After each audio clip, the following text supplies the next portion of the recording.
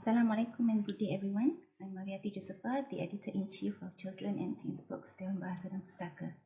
Today, I'd like to share some insights on delivering folk tales for Malaysian children and the efforts taken by Dewan Bahasa dan Pustaka to preserve folk tales in today's world. According to Syed Abdullah, the oral tradition, oral culture, and oral custom are traditional ways to pass down messages from one generation to the next. As for Ming, folk tales are not just for entertainment. They also bring teachings, advice, satire, as well as other knowledge delivered by the storyteller at that moment. BASCOM indicates that folk literature is a projection of the community, which is a system that shows the wishes and aspirations of the community towards something.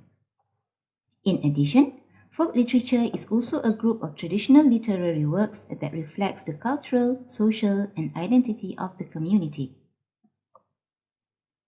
Oral literature is a beautiful art.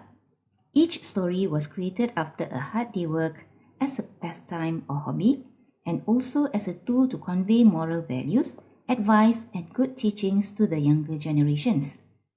Through stories, they could convey messages to express their opinions in a subtle manner as to suit the restricted openness of the community during that time.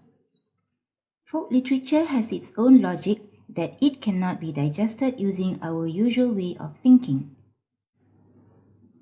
Folk literature comes in two forms: narratives, that are stories, and non-narratives, other than stories. Examples of narratives are exemplary stories like Bawang Putih Bawang Merah, jokes like Mat Jenin, myths like the Langkawi Tale, legends like Masuri, animal stories like Sang Kancil and the Crocodiles, storytelling or lipolara like Hikayat Awang Sulong Merah Muda, and origin stories like Udang Galah Menjadi Bongkok. While non-narratives are like pantun, lyrics, couplets, poems, seloka, dikir, teromba, and folk songs. The ownership of these oral literatures are hard to verify. Therefore, the art of the literature is owned by the community. Today, the content and the storyline of oral literary stories have been shifted into printing, audio, video, and films. Using modern technologies, folk tales now thrive in digital forms and are easily accessed and presented better. Digital publication is an important medium to sustain oral folk tales so that they can be widely shared and preserved. The National Creative Industry Rights is structured to strengthen the creative industry based on the creativity and innovation. It aims to contribute to higher economics through good quality products as well as preserving the heritage of arts and cultures.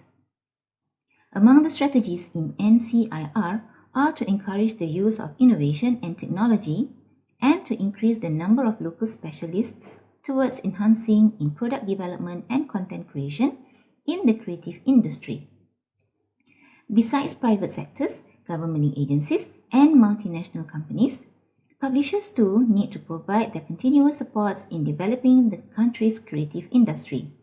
How far have the publishers upheld the digital content industry like digital books, films, and animation, specifically to introduce literary works like folktales? Efforts taken by Dewan Bahasa dan Pustaka to sustain Malaysian folktales through digital media.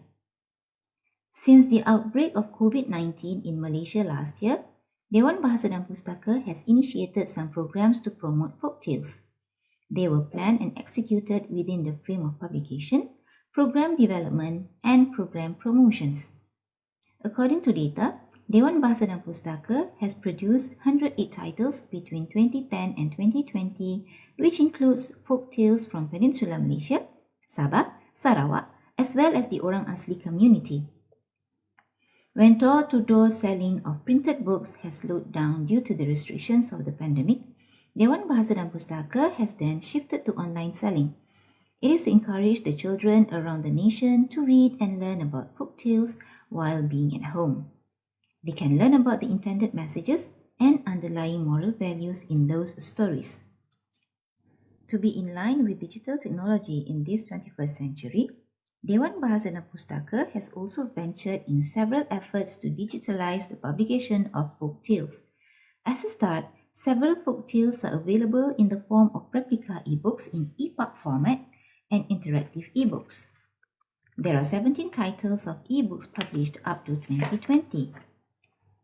There are 132 titles of interactive ebooks published up to 2020. Dewan Bahasa dan Pustaka has been working on digital interactive application since the outbreak of COVID-19 last year. The application can easily be downloaded to one's gadget. We have prepared some comics on folk tales known as Kul Bakawali based on a Persian legend from the Arabian Nights. Other than that, the app also contains animal stories prepared in Jawi so that children are able to learn writing in a fun and meaningful manner. And not forgetting, there are 2 audiobooks published up to 2020. For development programs involving folk tales among children, Dewan Bahasa dan Pustaka has been actively organising programs. Be it on-site or online, primary school pupils are able to learn and participate in seminars and competitions held. For instance, programs Seronoknya Membaca for language games, Kenduri Bahasa for storytelling competition, Hikayat Raja Lumu presentation for theatre presentation, and theatre festival for juvenile offenders. As a promotion activity, children, parents, as well as teachers were able to read folk tales through Facebook and Instagram during the Malaysian lockdown in March and April 2020. Among the titles were Puteri Gunung Lena, Puteri Sari Intan, Kancil Mengira Buaya, Mahsuri, Puteri Lima Purut, and Pak Belang Tertipu. The folk tales were then used in storytelling competitions among the National Type Chinese primary schools and the National Type Tamil primary schools that were held online. Participations and selections were conducted through video recording. Pada suatu hari, sekumpulan semut sedang membawa pulang makanan ke rumah mereka dengan penuh semangat. Tiba-tiba, Gemma, hati-hati! Jerit si Gem. Badan Gemma berpusing-pusing kerana terkena satu objek yang sungguh keras dan tajam. Badannya terasa amat sakit. Oh, sakitnya badanku, Gem. Apa yang telah berlaku? And just recently, Dewan Bahasa dan Pustaka has launched Cerita Adik through TV DBP, a web-based television on the internet. Children are able to enjoy children's stories through animation at any time of the day, wherever they are. Dewan Bahasa dan Pustaka hopes that more folk tales be presented in animation through Cerita Adik in the near future. Dalam masa yang sama, seekor burung sedang mencari makanan. Ia ternampak ayam yang sedang mengeram di atas longgokan padi. Wah, banyaknya padi. Baik aku minta sedikit daripada ayam. Burung pun pergi berjumpa ayam. Hai ayam. The transition of using digital media to deliver folk tales does not mean that we are leaving the traditional way behind. Both ways complement each other in enriching the delivery of folk tales in this new era. Through technology, it is hoped that children have better access to enjoy and understand folk tales, especially during this challenging period, as well as helping them to live with hope and positivity. Perhaps one day, Malaysian folk tales can also be enjoyed by children with learning disabilities. With that, I thank all of you for lending me your ears.